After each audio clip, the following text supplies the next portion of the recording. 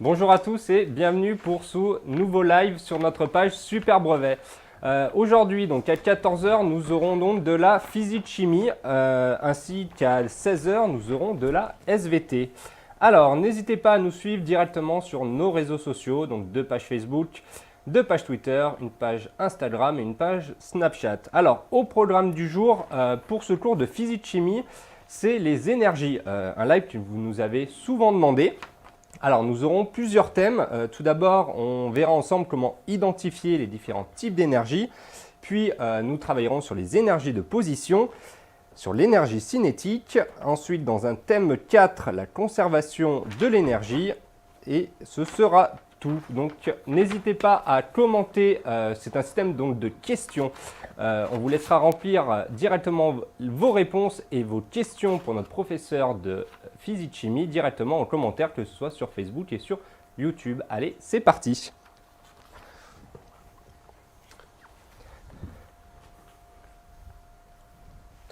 Bienvenue Mika. Bonjour donc à tous. aujourd'hui, les énergies. Oui. Tout à fait. Est-ce que tu peux nous en dire plus? Eh ben, on va parler des énergies. Donc,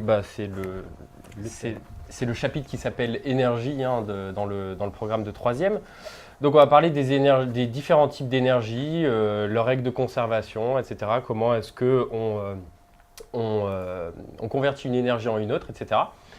Donc voilà, et le tout sous forme de questions, de QCM, mais il y a aussi des questions sans choix, etc. On verra ça. C'est vrai, tu as complètement varié les questions. Ouais. C'est pas un QCM comme vous avez l'habitude de voir avec ABCD.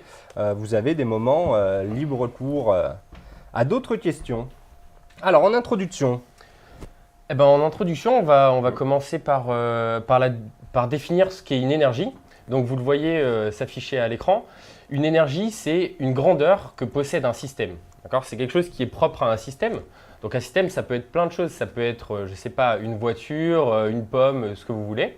Et donc, chaque système possède une énergie.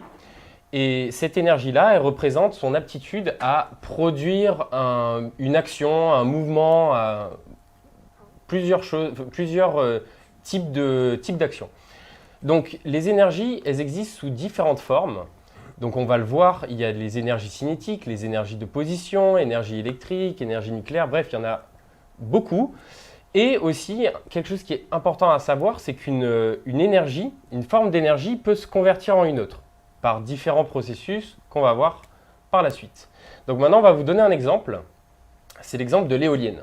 Donc, je vais utiliser l'exemple de l'éolienne pour imager ce que j'ai dit précédemment.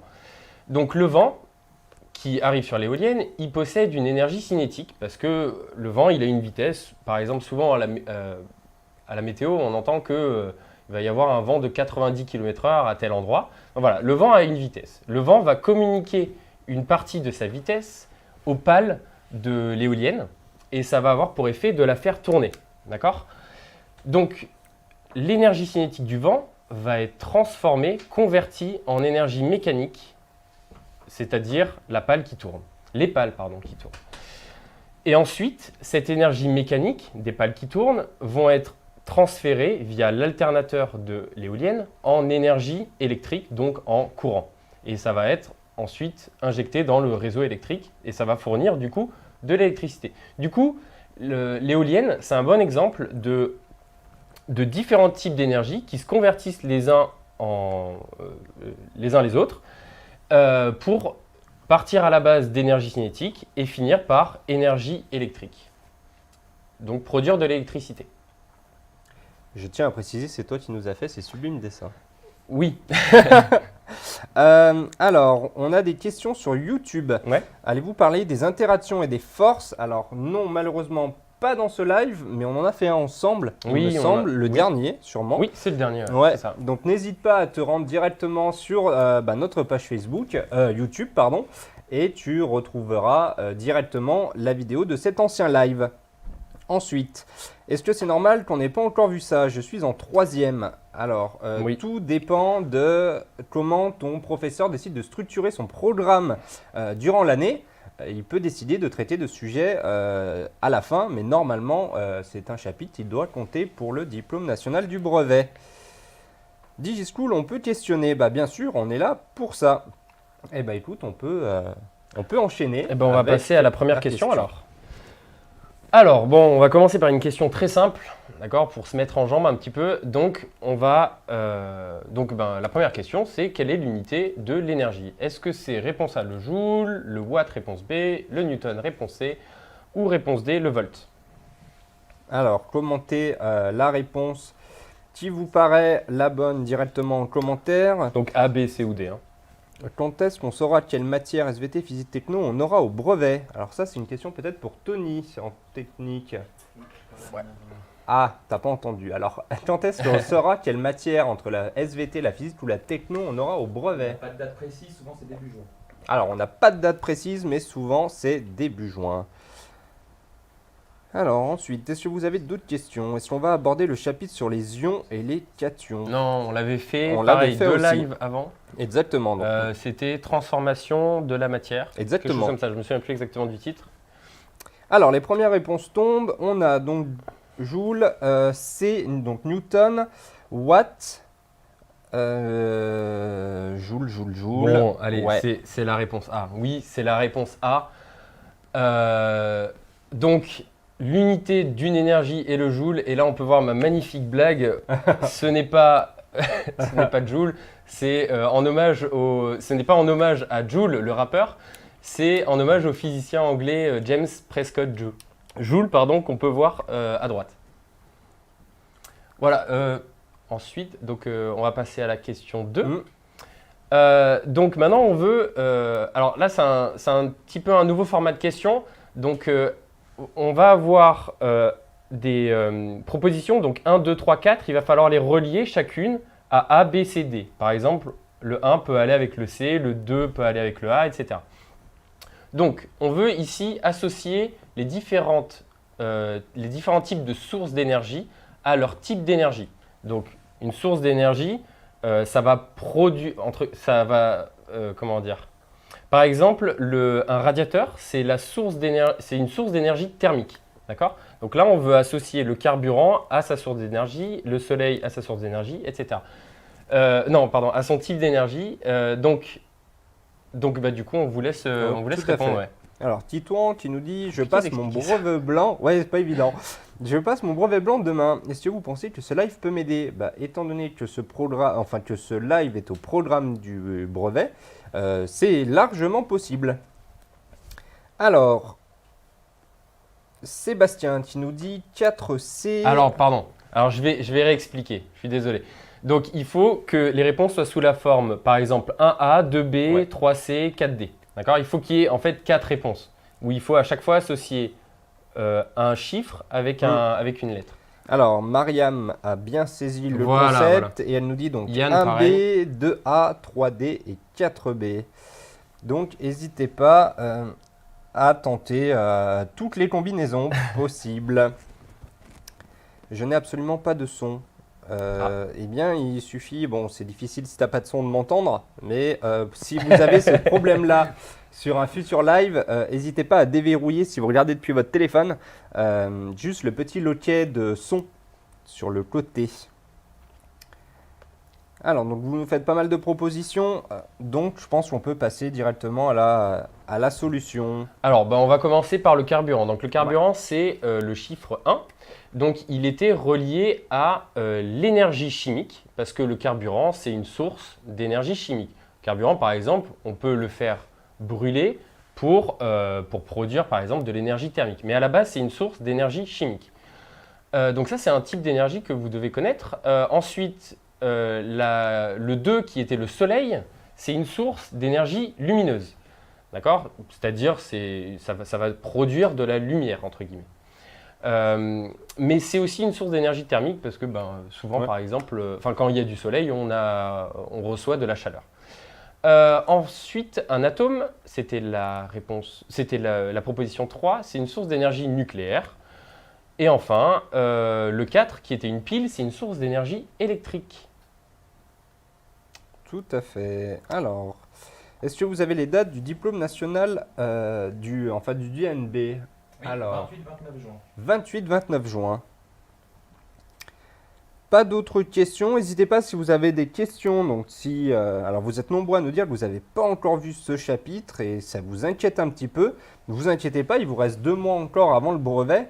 Donc ça se trouve, vous allez clôturer votre programme par ce chapitre-là. Mais est-ce qu'on peut Et puis voir c'est ce bien chapitre aussi en de le voir à la fin au final, Tout à fait. parce que c'est un des chapitres, c'est un chapitre qui est assez important. Donc si vous allez le voir à la fin, ça va être tout frais dans votre tête pour le brevet. Donc ça c'est bien. Exactement.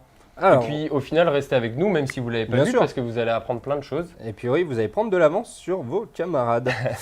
Question de Sheltes pour toi. Pouvez-vous nous expliquer ce qu'est précisément l'énergie cinétique? Je ne suis pas sûr d'avoir bien compris. Alors l'énergie cinétique, on va voir ça juste après. Ça fait partie des grands thèmes en fait du chapitre sur l'énergie. Donc on va voir ça juste après. Parfait. Eh ben, on peut passer à la Et puis en plus, il y a une question suivante. dessus. Donc Oui. je ne vais Ah. pas donner la réponse.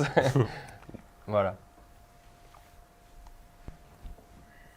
Alors oui, pardon, en troisième, oui, voilà justement, en troisième, donc on a vu précédemment qu'il y avait plusieurs types d'énergie.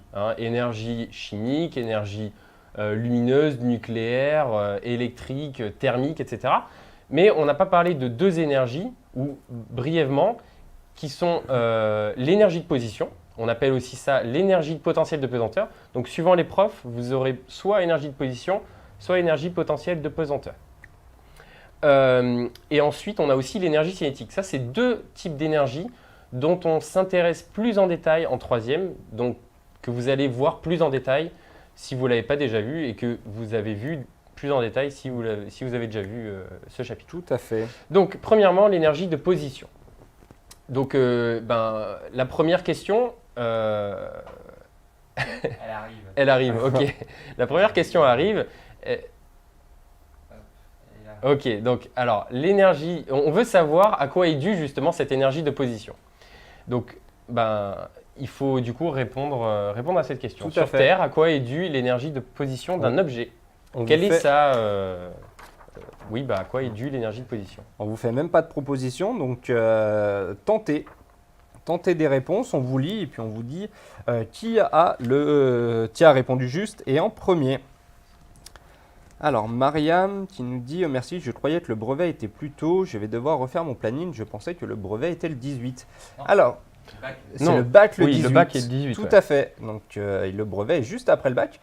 Si vous avez des conseils à donner à tous les autres étudiants, collégiens qui regardent ce live, sur la façon dont vous organisez vos révisions, comme Mariam qui fait des fiches planning, n'hésitez pas à nous les donner. Alors, les premières réponses tombent et tout le Gravité, monde gravité, nous propose gravité. la gravité. Oui, c'est ça, c'est la gravité. Bravo. Alors, le premier à avoir bien répondu, c'est Jules. Et pas Jules. Oui, donc oui, c'est bien la gravité où moi j'ai marqué l'attraction gravitationnelle de la Terre sur l'objet, mais globalement c'est la gravité de la Terre. Donc on peut voir ici donc un petit schéma, une pomme qui se trouve dans un arbre et elle est soumise, comme tout le monde sur Terre, à la gravité. Donc la pomme par rapport au sol, elle est à une hauteur h, d'accord? L'énergie de position, l'énergie potentielle de pesanteur, comme vous préférez, elle s'écrit sous cette forme-là. L'énergie de position égale m, la masse de l'objet, mais ici par exemple de la pomme, fois g. G, c'est l'accélération de la pesanteur. On a vu ça dans le chapitre sur les forces, etc. C'est égal à 9,81 newtons par kilogramme. Fois h. H, c'est la hauteur de l'objet par rapport au sol. Ici, la hauteur de la pomme, je recommence, pardon. La hauteur de la pomme dans l'arbre. Voilà. Donc ça, c'est l'énergie de position d'un objet. C'est l'énergie qu'a un objet du fait de son altitude, en fait. Du fait de son altitude et aussi du rôle que joue la gravité sur lui. Ensuite, on va essayer de s'imaginer une petite situation. Donc, imagine-toi que tu fais du saut en parachute. Donc, tu sautes d'un avion, tu fais du saut en parachute, hop, tu ouvres ton parachute et lorsque tu arrives au sol, on veut savoir si ton énergie de position, est-ce qu'elle a diminué ou est-ce qu'elle a augmenté par rapport au moment où tu étais dans l'avion. Donc, tu es dans l'avion, tu sautes. Est-ce que quand tu arrives en bas, ton énergie de position a diminué ou est-ce qu'elle a augmenté? Donc là, il faut répondre diminuer ou augmenter. Hein. Tout à fait. Alors, on a juste Quentin Louis qui nous dit « Moi, j'ai fait une vidéo sur ma chaîne qui explique mon organisation pour le brevet. » Donc, en effet, il a fait une vidéo d'à peu près 7 minutes qui a l'air plutôt intéressante. Donc, je vous invite à aller la regarder. Alors, la gravité, 9,8, c'est bien ça. Ouais. Alors, quelle est la différence entre la gravité et l'attraction gravitationnelle? Ben, c'est C'est la même chose. l'attraction, oui, c'est globalement la même chose. Je vois pas. C'est un petit peu jouer sur les mots, je pense, que de dire qu'il y a une vraie différence entre les deux. Le seul truc qui est vraiment important, c'est de savoir quelle gravité. Est-ce que c'est la gravité de la Terre, de la Lune, etc. Ici, pour l'énergie potentielle, on va en général, en tout cas en troisième, on va tout le temps se placer sur Terre. D'accord? Donc ça sera toujours G égale 9,81 newton par kilogramme. Exactement. Donc ça sera toujours l'accélération gravitationnelle de la Terre. Alors, vous êtes plutôt mitigé sur vos réponses. Alors, on a de tout. Diminuer, augmenter, diminuer, augmenter. Voilà, donc augmenter, diminuer. Diminuer, diminuer, augmenter, augmenter, diminuer, diminuer. Donc, éclaircis-nous sur ce point. Alors, la bonne réponse, c'était diminuer. Alors, on voit un petit dessin que j'ai fait. Donc, bon, en fait, ça, c'est aussi pour vous représenter la situation. Donc, on a sauté, d'accord? Ça, c'est le dessin qui est à gauche de votre écran. C'est le moment où on a sauté. On a une altitude on va la noter H saut, d'accord? Le moment où on a sauté, on a cette altitude-là. Et le moment où on atterrit, on a une altitude qui s'appelle H sol, notre altitude au sol. Donc évidemment ici, notre altitude au moment du saut est supérieure à notre altitude au moment où on atterrit. D'accord? Donc ça veut dire, on peut le voir ici, donc on a H saut supérieur à H sol.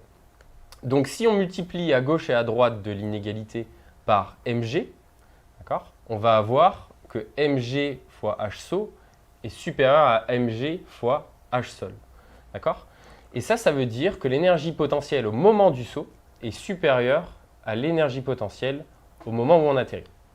Donc du coup, étant donné que notre énergie potentielle au moment du saut était supérieure à celle au moment du sol, au moment où on atterrit, pardon, du coup, ça veut dire qu'elle a diminué. Donc du coup, la réponse était diminuer. Plus généralement, si on monte, notre énergie potentielle augmente. Si on descend, on baisse en altitude, notre altitude diminue, l'énergie potentielle, l'énergie de position diminue. Alors, on en a beaucoup qui ont du mal à saisir tout ça. Si vous trouvez, si vous voulez faire des fiches de révision par rapport à ce live, sachez qu'il est disponible dès la fin de diffusion directement en replay avec ce même lien sur YouTube. Donc, vous pouvez tranquillement reprendre des notes et vous faire vos fiches directement et noter toutes les formules, par exemple. Oui. Donc, mais vraiment, le point à retenir, c'est pas de savoir refaire toute cette démonstration. Je voulais faire ça pour essayer de mieux expliquer. Mais vraiment, ce qu'il y a à retenir, c'est lorsqu'on monte en altitude, l'énergie potentielle de position augmente. Lorsqu'on diminue en altitude, lorsqu'on baisse en altitude, cette énergie de position diminue. Voilà, il faut vraiment retenir ça. Exactement. Alors, est-ce que l'on a des questions? Donc, par rapport justement à ce que je viens de dire, maintenant, on va voir pareil, encore une mise en situation. Donc, vous connaissez peut-être l'attraction ça peut s'appeler le bateau pirate, il y en a d'autres. C'est une attraction dans laquelle on est dans un bateau et ce bateau, il fait un mouvement comme ça, donc, qui est représenté par le schéma de droite. Un petit peu un mouvement de balancier en fait. D'accord? Donc maintenant, la question c'est, on veut savoir quelle courbe peut représenter l'énergie potentielle de pesanteur du bateau ou l'énergie de position du bateau. Quelle courbe parmi la courbe A, B, C, D peut représenter, au cours du temps, on voit, c'est l'énergie potentielle en fonction du temps, quelle courbe peut représenter cette énergie de position? Alors, il y a une fan de tes dessins, Mariam, qui dit trop stylé les dessins. Tu vois? Merci. Alors, on avait une question de Mahamadou qui nous dit quelle est la différence entre énergie cinétique et énergie potentielle? On va voir ça. Reste avec nous. Parfait. Alors, les premières réponses tombent. On nous dit réponse C, Réponse C, à c'est l'unanimité. Bon, donc ça veut dire que vous avez bien écouté ce que j'ai dit juste avant. Super. Donc oui, c'est bien la réponse C parce que le bateau, lorsqu'il est au sommet, d'accord, il va descendre. Donc son énergie potentielle va diminuer. D'accord? C'est le début de la courbe. On voit l'énergie potentielle diminue. D'accord? Ensuite, le bateau, il va remonter. Donc dans la phase de remontée, l'énergie potentielle va augmenter. Et ainsi de suite, il va descendre, remonter, descendre, etc. Donc voilà, donc c'est bien cette figure-là, ouais. Alors, question de Gabi. Donc, comme je l'ai expliqué, pardon, Ah oui. quand il monte, l'énergie potentielle augmente, quand il descend, l'énergie potentielle diminue. Et l'énergie potentielle, plus généralement, dépend aussi de la masse du système. Donc ici, par exemple, c'était un bateau, on avait aussi une pomme. Plus la masse de la pomme est grande, plus cette énergie potentielle de pesanteur va être importante. Donc là, on a vu essentiellement les variations de cette énergie potentielle avec l'altitude, mais il peut y avoir aussi des variations suivant la masse. Exactement. Donc oui, pardon, une question. Oui, j'avais une question. Est-ce que l'énergie potentielle de pesanteur est égale à l'énergie de position? Oui, Enfin, l'énergie correspond. potentielle de pesanteur est égale à l'énergie de position. C'est globalement deux façons de dire la même chose en fait. C'est juste qu'un professeur va préférer peut-être utiliser énergie de position et un autre professeur va plutôt dire énergie potentielle de pesanteur. Moi, je préfère dire énergie potentielle fait. de pesanteur parce qu'en fait, c'est comme ça qu'on l'appelle, que vous l'appellerez plus tard si vous continuez à faire de la physique. Tout à fait. Mais c'est peut-être plus parlant de dire énergie de position parce qu'on se représente bien, c'est de l'énergie qui est liée à la position d'un objet. Tout à fait. Il me semble qu'on va passer au thème numéro 3, l'énergie cinétique. Oui, donc on va parler maintenant de l'énergie cinétique. Donc voilà, j'espère que je vais Tout à répondre fait. à toutes vos questions que vous nous avez posées. Donc en fait, on va commencer justement par la définition, par une définition de l'énergie cinétique. On veut savoir, ici aussi, si vous savez à quoi est due l'énergie cinétique d'un objet. Donc il faut répondre. À quoi est due l'énergie cinétique d'un objet? Tout à fait. C'est quand le prochain live et ça parlera de quoi s'il vous plaît? Donc pour vous, brevet, ce sera à 16 h avec SVT et c'est un nouveau format, à savoir ce ne sera pas un cours avec Bernard Dédizé comme vous avez l'habitude de le voir, mais ce sera un système de quiz, le même qu'ici. Donc pour venir tester toutes vos connaissances en SVT, pour faire un peu un bilan juste avant le brevet en SVT. Donc venez nombreux. Quels sont les différents types de circuits? C'est pas vraiment Circuits le thème du jour. Ouais, je pense les circuits électriques. C'est pas vraiment le thème du jour. N'hésite pas à aller consulter tous nos anciens lives. Questions posées par Mathématiques Sciences. Alors, Qu'est-ce qu'on a d'autre? une réflexion. Mais quand le bateau part au début, il est en bas, dit J-School. Donc il faudrait que la courbe parte d'en bas, non?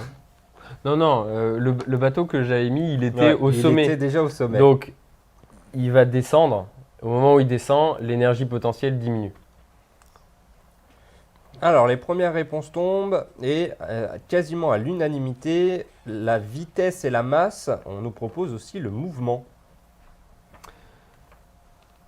Alors, la bonne réponse, c'est la vitesse ou le mouvement. Alors, c'est vrai que c'est aussi dû à sa masse. Si un objet n'a pas de masse, il ne peut pas avoir d'énergie cinétique, ou du moins, c'est beaucoup plus compliqué que ça.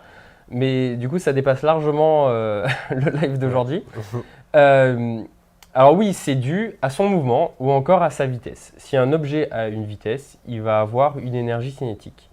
Et du coup, mouvement, vitesse, bon, s'il est en mouvement, il a une énergie cinétique. Donc c'est bien ça, voilà, ça c'est vraiment la définition de l'énergie cinétique, sans équation, rien du tout, c'est la définition de l'énergie cinétique. Maintenant, on va justement vouloir connaître la définition de l'énergie cinétique, mais sous forme d'équation. Donc ça, normalement, vous l'avez déjà vu, sauf pour ceux qui n'ont pas encore vu le chapitre sur les énergies. Mais vous allez le découvrir. Oui, donc quelle est l'expression de l'énergie cinétique d'un objet de masse m et de vitesse v? Donc on a 4 propositions. Donc EC égale MV, EC égale MV carré, EC égale 1 demi de M fois V, et EC égale 1 demi fois M fois V carré. Alors, question de Naomi. L'énergie cinétique n'est pas due aussi à la hauteur? Non. Non. L'énergie qui est due à la hauteur, à l'altitude, je sais pas, d'autres synonymes de hauteur et altitude, c'est l'énergie de position ou l'énergie potentielle de pesanteur. L'énergie cinétique, c'est dû uniquement à la vitesse d'un objet ou à son mouvement, au fait que l'objet ou le système ait un mouvement. Alors, on nous demande aussi, est-ce que l'énergie cinétique est proportionnelle à la masse? Oui, ici dans les 4 propositions, c'est proportionnel à la masse. Alors, Donc ça t'aidera pas à trouver la bonne réponse, mais... on a énormément de réponses D ainsi que quelques réponses B. Alors c'est bien, c'est bien pour toutes les réponses D en tout cas. Tous ceux qui ont répondu réponse D, c'était la bonne réponse. L'énergie cinétique, c'est 1 demi de mv carré. Donc m correspond à la masse, v la vitesse. Il ne faut pas oublier de mettre la vitesse au carré, surtout quand on fait des applications numériques, de bien mettre tout ce qui compose la vitesse au carré dans la calculatrice, par exemple. Donc, l'énergie cinétique, pas potentielle, est proportionnelle à sa masse et au carré de la vitesse. Donc ça veut dire que si par exemple on double la vitesse, eh ben, l'énergie cinétique elle va être multipliée par 4. Si on triple la vitesse, c'est multiplié par 9, etc. Exactement. Donc l'énergie cinétique augmente d'autant plus que la vitesse est importante. Elle augmente très vite avec la vitesse. Alors, donc Fazma, maintenant, tu nous demandes juste oui, une petite pardon, question. vas-y. Il y a combien d'énergie dans ce chapitre, s'il vous plaît? Alors, il y en a globalement, il y en a 2 Position et importantes. cinétique. Il y a position cinétique, enfin, j'ai pas envie de dire qu'elles sont importantes. Oui. Elles sont toutes importantes en vrai. Mais l'énergie de position et l'énergie cinétique, c'est des chapitres vraiment dans ces 2 énergies qu'on va vraiment voir un petit peu en détail. Mais après, tu vas voir, on va passer au chapitre où on va voir les conversions d'énergie, conservation d'énergie, etc. On va parler de plein d'énergies différentes qui vont se convertir les unes les autres, etc. Donc en vrai, elles sont toutes importantes. Mais c'est vrai que d'un point de vue des chapitres que vous avez dans le cours, vous allez surtout voir l'énergie de position et cinétique. Mais il y en a beaucoup d'autres qui sont très importantes. Donc oui, du coup la question qui est affichée du coup depuis un petit moment maintenant. Ouais. Donc on va essayer de calculer l'énergie cinétique d'un camion. Okay, donc un camion, il fait 5 tonnes. Donc je vous ai mis 5 tonnes, pardon. Ça fait 5000 kg. Et il roule à 90 km/h. Je vous ai fait le petit calcul. 90 km/h, ça donne 25 mètres par seconde. Donc on veut savoir qu'est-ce que je dois rentrer dans la calculatrice pour avoir un résultat en joules, pour avoir une énergie cinétique en joules. Donc est-ce que je dois rentrer réponse A? Je vais pas les dire, mais est-ce que je dois rentrer la réponse A, la réponse B, ou la réponse C, ou la réponse D, pour avoir un résultat correct à la fin? Correct en joules, bien. Exactement. Alors, Suicent, il nous demande, vous savez quand il y aura un live d'histoire? Alors, pour votre... Ouais, Tony nous dit semaine prochaine, oui, je vous le confirme. Attends, je regarde si c'est pas lycéen quand même. Ah, si c'est pas pour les bacs. Mais sinon, si vous souhaitez vous mettre un planning de révision en fonction de nos lives, n'hésitez pas à aller sur le site de DigiSchool et vous avez directement, quand vous arrivez sur le site, un bouton avec indiqué le planning de tous nos lives à venir sur au moins les prochaines semaines. Le 9 mai. Le 9 mai, très bien.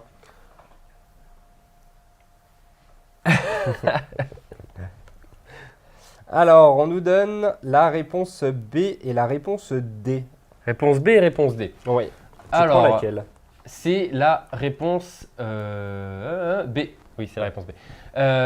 Donc, c'est la réponse B. Pourquoi? Parce qu'il faut mettre donc ici, la masse et la vitesse dans les bonnes unités.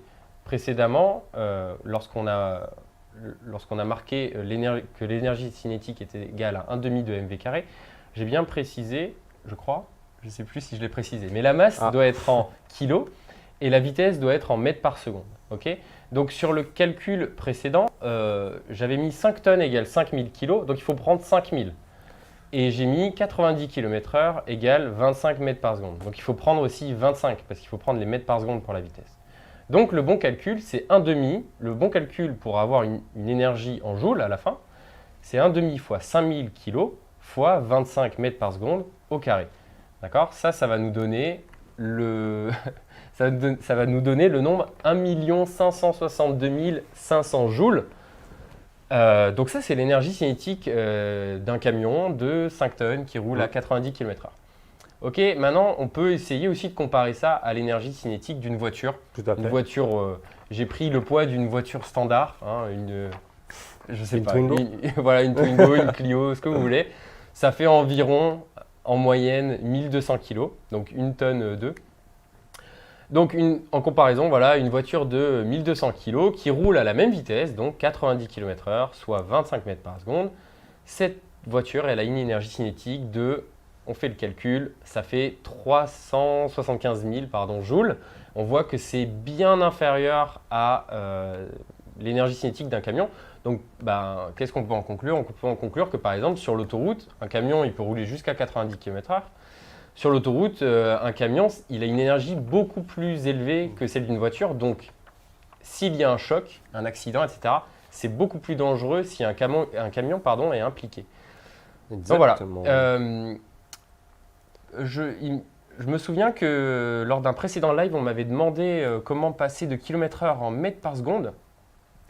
Donc Oui. là, je l'ai fait. Je n'ai pas expliqué comment je l'ai fait. Mais si vous voulez passer de km/h en mètres par seconde, ce que j'ai fait, c'est que 90 km/h, vous le divisez par 3,6, ça vous donne des mètres par seconde. Donc on peut voir, si vous faites à la calculatrice 90 divisé par 3,6, ça va vous donner 25 en mètres par seconde. Si vous voulez faire l'inverse, il faut du coup multiplier par 3,6. Alors, Voilà. mea culpa, on a fait une petite faute sur la dernière slide.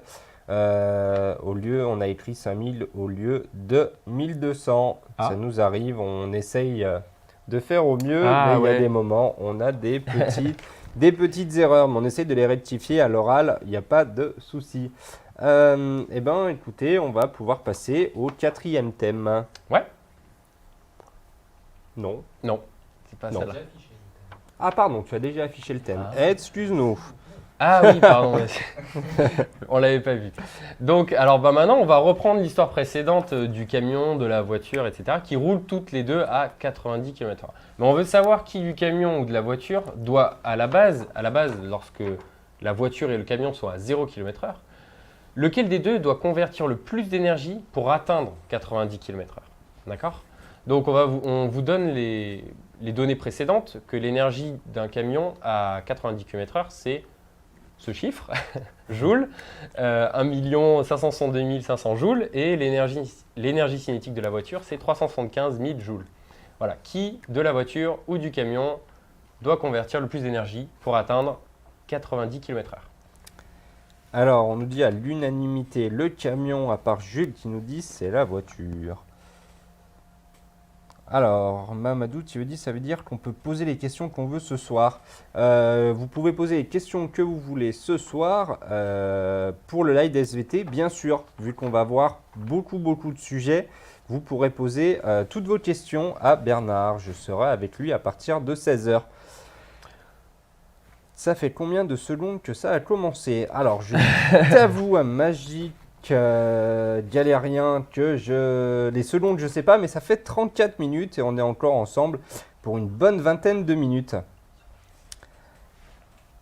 Ah, on te demandait par rapport au fait, quand tu parlais de convertir les km/h en mètres Ouais. par seconde, il faut multiplier par 3,6 ou diviser par 3,6? Alors, je répète. Ouais. Km/h, bon déjà vous voyez, j'avais marqué 90 km/h égale 25 mètres par seconde. Ok, si je veux passer de km/h en mètres par seconde, il faut diviser par 3,6. J'ai 90 km/h, je veux avoir le résultat en mètres par seconde. Je fais 90 divisé par 3,6. Ouais.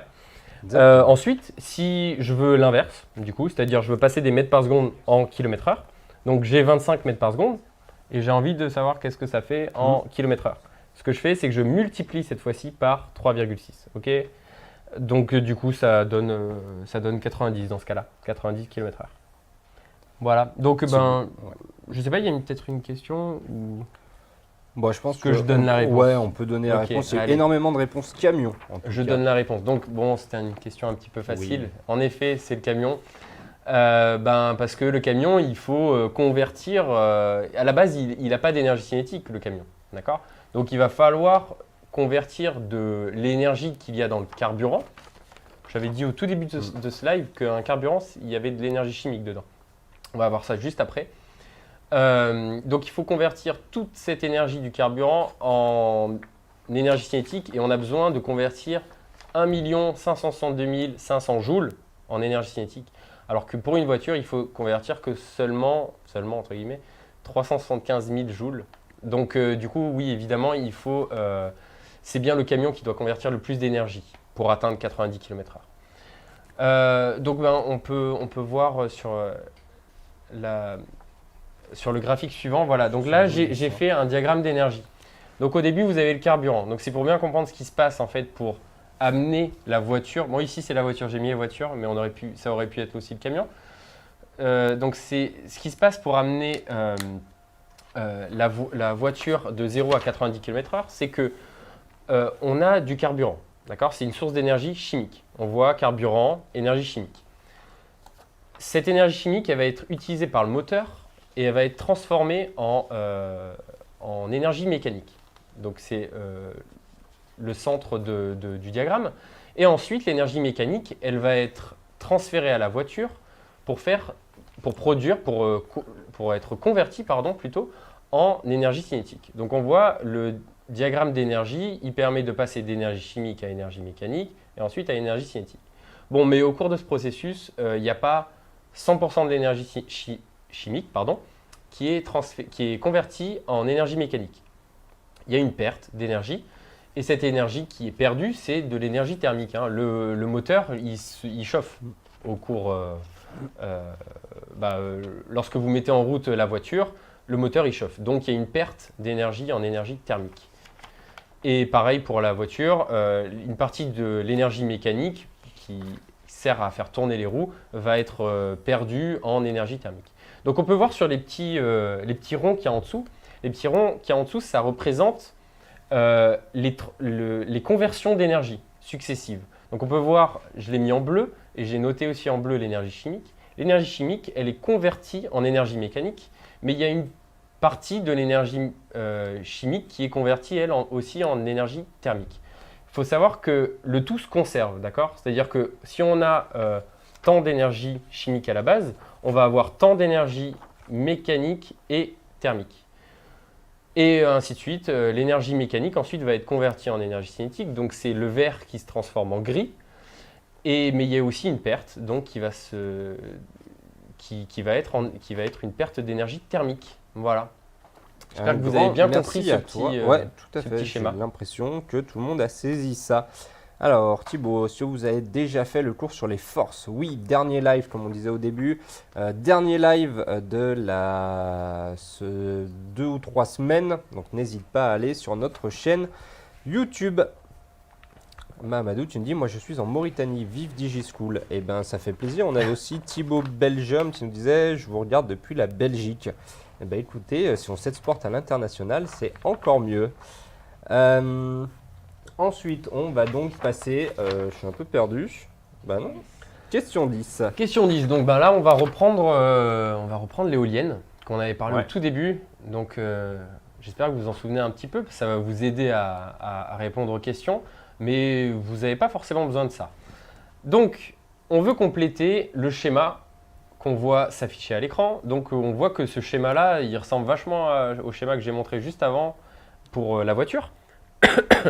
Donc, première question, on veut savoir, on veut pouvoir remplir la première bulle, d'accord? Donc, la question c'est, quelle est la source d'énergie qui fait tourner les pales de l'éolienne? Allez, Jules, qui répond en premier, le vent. Oh. Paf! Est-ce que mes questions sont trop faciles ou pas? Paf! Ouais, MADB qui nous suit souvent aussi, ça fait plaisir. On a des utilisateurs réguliers qui viennent nous voir très souvent et on vous remercie. Bon bah oui, je l'ai dit du coup. Oui, exactement. Oui, c'est le vent. Donc le vent, donc on va voir, voilà, j'ai remplacé le vent communique son énergie cinétique au pâle. D'accord? Donc pour l'instant, on a le début. Maintenant, donc c'est la prochaine question. En fait, oui, c'est l'énergie cinétique du vent hein, qui est transférée au pâle, qui permet de les faire tourner. Donc la deuxième question, j'espère que vous avez bien écouté ce que j'ai dit juste avant, ça va vous aider à trouver la réponse. Donc, il n'y a pas 100% de l'énergie cinétique du vent qui est transférée au pâle. Okay, il y a une certaine partie qui va être perdue. Et on veut savoir, enfin perdue. En vrai, on n'a pas le droit de dire perdue parce que l'énergie doit se conserver au cours d'un processus. D'accord Donc, cette énergie perdue, cette énergie qui est convertie en un autre type d'énergie, on veut savoir quel est cet autre type d'énergie. En quoi est-ce que l'énergie cinétique se transforme? Alors, EmmaDB, tu nous dis les pertes au niveau des pales et de l'alternateur sont des pertes d'énergie thermique, tout comme Mariam qui répondait thermique. Mathis, tu nous dis j'adore cette chaîne. Eh ben, un grand merci à toi, Mathis. On espère qu'on vous aide au quotidien pour votre brevet et qu'on vous aidera sur les années à venir avec le bac notamment. Alors, c'est à l'unanimité la réponse thermique. Bon, apparemment, oui, j'ai vraiment fait des questions trop simples. Donc oui, c'est l'énergie thermique. Bon, je l'avais aussi un petit peu montré avant dans le cadre du camion, de la voiture, ouais, de la voiture. Donc oui, le plus souvent, lorsqu'il y a des pertes d'énergie, donc lorsqu'on essaye de convertir une énergie en une autre, il y a très souvent des pertes. De toute façon, en fait, il y a tout le temps des pertes. Tout le temps des pertes, et le plus souvent, ces pertes, elles sont non voulues, évidemment. On aimerait bien convertir 100% d'une énergie en une autre. Mais le plus souvent, ces pertes, c'est des pertes en énergie thermique. Donc, c'est-à-dire que lorsque l'énergie cinétique, dans ce cas-là, l'énergie cinétique va être communiquée aux pales, ça va produire de l'énergie mécanique. Ça va faire tourner les pales. Mais il y a une partie qui va être perdue, ou plutôt convertie, en énergie thermique. D'accord? Donc, l'énergie ne se perd pas. Hein. C'est juste, on dit que c'est perdu parce que c'est une énergie qu'on ne va pas utiliser par la suite. C'est perdu dans l'environnement. Ben, du coup, maintenant, il faut trouver les derniers 3 petits points. Quel est l'élément manquant, quel est l'élément de la chaîne manquant sur la chaîne énergétique de l'éolienne? Donc entre l'alternateur et le réseau électrique. Donc, je vais peut-être récapituler. On a du vent qui possède une énergie cinétique, donc qui a un mouvement et qui va le communiquer aux pales. Ouais. Okay.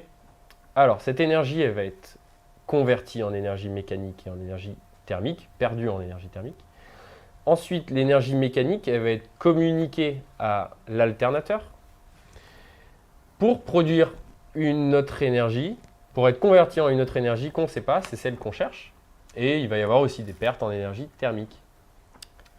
Alors, vous avez tous répondu la même chose, et c'est, je pense, ce que moi aussi j'aurais répondu, à savoir l'énergie électrique. Donc oui, c'est bien ça, c'est bien l'énergie électrique. Ben là, on peut voir le schéma aussi avec les petits camemberts, je les ai rajoutés. Donc voilà, allez, je vais répéter. Donc l'énergie cinétique, je vais faire plus rapide cette fois-ci. L'énergie cinétique en gris est convertie en énergie mécanique en vert. Et une partie est perdue en énergie thermique, c'est le rouge-orange. Et ensuite, cette énergie mécanique elle va être convertie en énergie électrique. Mais il y a aussi une partie qui va être perdue. Donc en énergie thermique, c'est la partie en rouge. Rouge-orange. Exactement. Donc vous avez toute l'explication ici. Si vous voulez relire, n'hésitez pas à regarder le replay, à mettre sur pause. Tout à fait. Et je vais quand même parler de la morale de l'histoire qui se trouve à peu près au milieu là. Donc l'énergie, elle ne se crée pas, elle ne se perd pas, même si des fois je dis perte, production d'énergie. Et souvent on entend à la télé production d'énergie, parfois perte d'énergie. Donc l'énergie, il y a un certain stock d'énergie, elle se transforme toujours, elle se convertit toujours. C'est ce qu'on appelle la conservation de l'énergie. Hein. Donc l'énergie totale se conserve. Donc c'est comme si, je ne sais pas, je te donne 2 euros. Tout à fait, merci. En 2 pièces de 1. Et toi, tu vas recevoir tu vas recevoir 2 euros, Ouais. tu vas pas en perdre Non. au cours de l'échange. Exactement, mais toi Voilà. tu vas en perdre 2 par contre. Moi, je vais en perdre 2. Mais j'aurais Euh, converti mon argent en ton argent. Voilà, exactement. Devons-nous connaître toutes les formules avant d'aller au brevet? Très Alors, bonne question. La formule vraiment qu'il y a à connaître, c'est l'énergie cinétique. J'ai mis celle aussi de l'énergie potentielle. Normalement, elle n'est pas au programme, mais la plupart des profs, ou du moins des livres de troisième, eh ben, ils l'incluent aussi parce que j'imagine que dans les anciens programmes, ça devait être inclus. Donc, elle n'est pas obligatoire, mais elle est très simple. Elle n'est pas compliquée. Hein. Énergie de position égale m fois g fois h. Il y a plus compliqué comme équation. Eh bien, Du coup, bon, celle-là, on n'est pas obligé de l'apprendre par cœur, mais elle te permet de comprendre un petit peu ce qui se passe pour l'énergie de position. Voilà. donc, En tout cas, l'énergie cinétique, c'est très important de la connaître parce qu'il y a notamment dans les annales de 2017, oui. l'annale du brevet professionnel métropole, je crois, qui est sur le site de DigiSchool. Vous pouvez aller le voir, donc autant le sujet que le corriger. Sur celui-là, il y a des calculs d'énergie cinétique. Donc déjà, il y a une question, quelle est l'expression de l'énergie cinétique? Donc il faut savoir répondre, EC égale 1/2 de mv carré. Boum, il y a juste à apprendre son cours Tout à fait. et vous avez déjà 1 ou 2 points. Et ensuite, il y a une application numérique. Alors je ne sais plus ce que c'est un joueur de tennis, je crois. Je me souviens plus exactement. Un joueur de tennis, il faut calculer l'énergie cinétique. Il communique une certaine énergie à la balle en tapant dedans. Et il faut calculer l'énergie cinétique de la balle. Voilà. Donc il faut savoir faire ces 2 choses-là. Exactement. Voilà. Et d'ailleurs, l'éolienne, juste avant qu'on a vu, avec le diagramme d'énergie, tout ça, ça aussi c'était dans une annale de brevet. Parfait. Donc les questions que vous voyez là, c'est vraiment des questions au final qui peuvent tomber ou qui sont dans l'esprit de ce qui peut tomber au brevet. Voilà.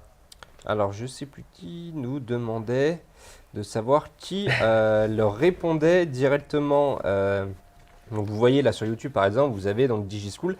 Il s'agit de Baptiste, mais on a prévu de vous faire une petite vidéo pour vous montrer tout l'envers du décor chez nous et savoir vraiment comment ça se passe, comment on prépare vraiment tous ces lives pour que vous compreniez au mieux comment on les prépare et vous présenter tous nos professeurs. Parle-nous donc de cette centrale hydroélectrique. Alors là, il me semble que c'est la dernière question. Donc là, on va parler du fonctionnement d'une centrale hydroélectrique. Donc c'est un petit peu plus compliqué. Il y a plus de choses à retenir. Ouais. Mais bon, c'est un exemple. Hein. Vous n'êtes pas obligé d'apprendre cet exemple par cœur, mais c'est un exemple sur lequel, par exemple, vous pouvez tomber. Je ne sais pas si vous tombez sur les centrales hydroélectriques au brevet. Donc, on a une centrale hydroélectrique. Qu'est-ce que c'est une centrale hydroélectrique? Donc, en fait, c'est un barrage. Hein. Vous avez sûrement déjà vu un barrage. Donc, il y a de l'eau en amont, d'accord? Ça peut être une rivière ou un fleuve. Donc, c'est un barrage en fait qui permet de convertir en fait. Pourquoi il y a des barrages? Parce que ça nous permet de convertir l'énergie de position, l'eau qui est en amont. On peut le voir à gauche du dessin. Ça nous permet de convertir l'énergie de position en électricité à la fin. D'accord? Parce que l'eau va passer dans les turbines, va les faire tourner, etc. Donc voilà, on a la première phase. C'est l'eau qui tombe dans un conduit. Elle tombe dans un conduit, on peut voir, j'ai symbolisé ça par des petites flèches. La deuxième phase, c'est l'eau qui fait tourner les turbines. Donc la turbine elle tourne, les turbines tournent. Et enfin, la troisième phase, c'est l'alternateur des turbines qui produit de l'électricité. Hop, on voit le petit fil qui part au réseau électrique. Oui, tout à fait. Hein. Donc voilà. Donc on veut. Donc là, il va y avoir la question. Donc ça, c'était un petit peu la même question qu'au tout début. On veut relier 1, 2, 3 avec A, B, C, D, E. D'accord? Donc par exemple, 1 va être relié avec A, 2 avec B et 3 avec C. Et D et E sont des mauvaises réponses. Voilà. Donc on veut d'abord relier l'eau qui tombe dans le conduit avec la conversion d'énergie correspondante. Est-ce que c'est A, B, C, D ou E? Ensuite, l'eau qui fait tourner les turbines, est-ce que c'est la conversion A, B, C, D ou E? Et enfin, l'alternateur des turbines produit de l'électricité, entre guillemets. Est-ce que c'est A, B, C, D ou E? Mariam qui demande, c'est toi qui as fait le dessin? Oui, ils sont définitivement fans de tes dessins. Ouais. Tu vois? Moi, honnêtement, je le trouvais pas bien fait. Mais bon, Si. écoute, si tu le trouves bien, tant mieux. Alors, Zénor qui nous propose pour commencer donc un essai. Donc l'eau qui tombe dans un conduit, c'est une énergie mécanique transformée en électrique. Alors n'hésitez pas, on a aussi donc du 1 avec du B. 1 B de nouveau. Mais n'hésitez pas hein, à mettre les 1, 2 et 3. Il nous faudrait. Ouais, sur une ligne, le mieux, ça serait d'avoir Mm. 1 quelque chose, 2 quelque chose, 3 quelque chose. Exactement. Alors Jules nous dit, en plus j'ai l'appli et les cours mettent bien. En effet, n'hésitez pas à télécharger notre application, donc Brevet des collèges by DigiSchool, que vous trouverez sur votre store, que vous ayez soit un iPhone, soit un Android. Donc cette appli est gratuite, donc n'hésitez pas à la télécharger. Dedans, vous avez des cours, des quiz, des vidéos de révision, le tout pour vous aider au mieux à avoir votre brevet. Alors, donc les premières réponses tombent. Donc Aletti nous dit 1B2E 3C. Léo nous dit 1B2C 3A. Bon, je ne vais pas tous vous lire, je vous avoue, on va donner la réponse tout de suite. Donc, alors, en fait, on voit les petits traits s'afficher. Donc, la 1 va avec la B. Donc, pourquoi maintenant? Non, en fait, pardon. Pourquoi ça va être juste après? Donc, Ouais. la 1 va avec la B, la 2 va avec la E et la 3 avec la C. Donc, on va découper ça en phases. Hein. 1, 2, 3, ça correspond aux 3 phases dont j'ai parlé juste avant. Donc, premièrement, on a la phase 1 qui va s'afficher. Voilà. Alors, l'eau qui tombe dans un conduit. Qu'est-ce que c'est? Donc, on a dit que c'était relié à la B, si je me souviens bien. Donc, énergie de position qui est convertie en énergie cinétique. Donc, oui, c'est ça. Parce que l'eau qui tombe dans le conduit, à la base, elle a donné de l'énergie de position, elle est en hauteur, elle est en amont du barrage. Elle va tomber dans le conduit. Donc, elle va transformer son énergie de position en énergie cinétique. Parce qu'elle va acquérir un mouvement, elle va avoir un mouvement. Donc, elle va transformer toute cette énergie potentielle, ou plutôt énergie de position, en énergie cinétique. Donc, c'était bien 1B pour la phase 1. Ensuite, la phase 2. Phase 2, c'était l'eau fait tourner les turbines. Voilà, l'eau fait tourner les turbines. Donc ça, c'est de l'énergie cinétique en énergie mécanique. C'est exactement le même principe que l'éolienne. Le vent fait tourner les pales. Là, c'est l'eau fait tourner les turbines. Donc du coup, c'est de l'énergie cinétique. La vitesse de l'eau fait tourner les turbines, donc énergie mécanique. Et ensuite, on finit par l'alternateur des turbines produit de l'électricité. Donc ça, c'est de l'énergie mécanique qui est transformée en énergie électrique parce que les centrales hydroélectriques en tout cas, ça permet de convertir de l'énergie de position en énergie électrique à la fin, d'accord, pour produire de l'électricité. Donc du coup, la finalité, c'est que les turbines qui tournent, donc l'énergie mécanique, va être convertie grâce à l'alternateur de ces centrales en énergie électrique et du coup va aller dans le réseau électrique. Donc on peut le représenter sous la forme de camembert comme je l'ai fait précédemment. Donc premièrement, l'énergie de position qui est en marron, je dirais, va être convertie en énergie cinétique. Bon, il va y avoir des pertes thermiques au cours de ce processus. Cette énergie cinétique ensuite va être convertie en énergie mécanique, donc c'est le vert que vous voyez sur le troisième camembert. Encore une fois, une partie de l'énergie cinétique va être convertie en énergie, en perte thermique en fait, en perte d'énergie thermique. Et enfin, l'énergie mécanique va être convertie en énergie électrique et donc du coup cette énergie mécanique va aussi avoir des pertes d'énergie thermique lors de la conversion en énergie électrique. Mais bon, en tout cas, ce qu'il faut retenir, c'est que ça, c'est les différents processus qui permettent au final de convertir de l'énergie de position, de l'eau qui est à une certaine hauteur. On la fait descendre dans les turbines et ça va nous produire à la fin de l'électricité. Voilà. Exactement. Donc ça, c'est encore une fois un petit peu comme l'éolienne que vous avez vu précédemment. C'est une question qui pourrait tomber. Enfin, c'est pas une question, c'est un, comment dire, c'est un sujet qui pourrait tomber au brevet. Tout à fait. Donc c'est important de bien comprendre ces conversions d'énergie. On a différents types d'énergie qui se convertissent chacun les uns en les autres. Et à la fin, on a une énergie qu'on a envie d'utiliser. Ici, l'énergie qu'on a envie d'utiliser, c'est l'électricité, l'énergie thermique. Exactement. L'énergie, pas thermique, l'énergie électrique. On a envie d'utiliser l'électricité. Et aussi de bien retenir que l'énergie se conserve. Bah, en fait, on va avoir, j'ai Tout à fait. oublié, mais en fait, on vous va a avoir fait, ouais. comment dire, une petite slide bilan, en fait, Ouais. des trucs qu'il y a à retenir qu'on a vu tout au long de ce live. Donc, je vais un petit peu me répéter, mais c'est bien. Donc, l'énergie, premièrement, qu'est-ce que c'est?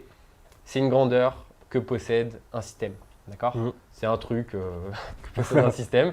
Et ce machin, il caractérise l'aptitude du système, une voiture, une éolienne, tout ce que vous voulez, Tout à fait. à produire des actions. Ok? Ensuite, l'énergie s'exprime en joules et pas Et pas de joule. en joules, En mais pas joule. de joules, Ouais. en joule, ce que vous voulez. Mais comme j'ai marqué, si ça t'aide à le retenir, tu peux avoir. Mais écrivez pas de joule par contre, Ouais. J-U-L. C'est bien Il faut l'écrire J-O-U. G-O-U-L-E. Ouais. Voilà. Ensuite, l'énergie existe sous différentes formes. Donc, comme on l'a vu, cinétique, position, électrique, chimie, nucléaire, thermique, tout ce que vous voulez, il y en a plein. Ensuite, l'énergie de position, donc elle est due à l'attraction gravitationnelle ou, si vous préférez, la gravité de la Terre sur l'objet. Donc là, j'ai marqué que l'énergie potentielle égale à m fois g fois h, m représentant la masse, g l'accélération de la pesanteur et h la hauteur. Mais bon, c'est pas forcément obligatoire de retenir cette équation. Elle peut quand même être très utile pour comprendre comment est-ce qu'on calcule cette énergie. Ensuite, on l'a dit, l'énergie cinétique d'un objet est due à son mouvement ou encore à sa vitesse. Donc voilà, on vous a mis l'expression de l'énergie cinétique qui est égale à 1/2 de m fois v carré. Il ne faut pas oublier le carré. Donc m, c'est bien évidemment la masse de l'objet qui est en mouvement et v, c'est la vitesse de l'objet qui est en mouvement. Enfin, on a une forme d'énergie qui peut se convertir en une autre forme d'énergie. On l'a vu, hein, une énergie cinétique se transforme, par exemple, pour l'éolienne en énergie mécanique, qui se transforme en énergie, ou plutôt convertie en énergie électrique. Bref, il y a vraiment beaucoup de conversions possibles pour les formes d'énergie. Il faut aussi vraiment retenir que l'énergie ne se perd pas, l'énergie ne se produit pas, elle se conserve. D'accord? On a un stock d'énergie et à la fin, on a un stock d'autres énergies. Mais le stock de départ est égal au stock de fin. Et voilà, le plus souvent, si on constate qu'une partie de l'énergie s'est perdue quelque part, il manque de l'énergie quelque part, c'est souvent que cette partie de l'énergie, elle s'est convertie, elle, en une autre forme d'énergie. Et souvent, c'est de l'énergie thermique. Ça peut être aussi autre chose. Mais la plupart du temps, c'est de l'énergie thermique. Exactement. Je pense que j'ai tout dit. Oui, un grand merci à toi. De rien, pas de souci. J'espère avoir été clair en tout cas. Oui, mais tu l'as été. Je pense qu'il y en a beaucoup qui te remercient déjà sur YouTube pour ce live. Ça, tu as été bien clair pour eux. Ah oui, voilà, important. Il te restait une dernière slide. Oui, donc pour réviser avant le brevet, donc voilà, vous avez des sujets et corrigés sur les sites et applications DigiSchool. Et notamment, tout ce qu'on a vu là aujourd'hui sur les énergies, il y a des parties de ce qu'on a vu dont je me suis inspiré plutôt de sujets qui sont déjà tombés l'année dernière, dont notamment Pondichéry 2017, c'était les slides sur les éoliennes. Donc si vous faites celui-là, et honnêtement, si vous voulez réviser pour le brevet, il faut vraiment faire des annales, vraiment faire des choses qui sont déjà tombées, que ce soit en France ou dans d'autres académies en fait. C'est très important pour avoir déjà une idée de ce que ça va donner le brevet. Donc voilà, si vous voulez réviser le chapitre sur les énergies, faites Pondichéry 2017 en physique, ça parle d'énergie, notamment les éoliennes. Et aussi, si vous voulez réviser l'énergie cinétique, il y a le brevet professionnel Métropole 2017 qui en parle. Donc voilà, et tout ça, ça se retrouve sur les sites et applications DigiSchool. Exactement. On va s'arrêter là, du coup, ça fait pile 1 heure qu'on est avec vous. Ça a été un plaisir. Donc, on se retrouve tous à 16 heures pour le live quiz pour tester toutes vos connaissances en SVT avec Bernard, qui, on ne sait pas s'il sera déguisé ou pas. On vous Suspense. invite à rejoindre nos réseaux sociaux qui sont situés juste là. Voilà, vous avez bien la page donc Super Brevet by DigiSchool. On essaye de vous faire des petites blagues en rapport avec les cours sur le brevet. Donc n'hésitez pas à aller aimer la page, ainsi que liker et partager cette vidéo. Et n'oubliez pas de vous abonner à notre page YouTube pour être informé par des petits pushs que un nouveau live de révision commence. Voilà, donc on s'en arrête là. Un grand merci à toi. Bah, merci à Un vous. grand merci à toute l'équipe technique qui est derrière et qui trime dur pour la réalisation de ces lives qui, je l'espère, vous aident au quotidien. On vous souhaite une bonne après-midi de révision et on vous dit à tout à l'heure à 16 h pour tester vos connaissances en SVT. À tout à l'heure.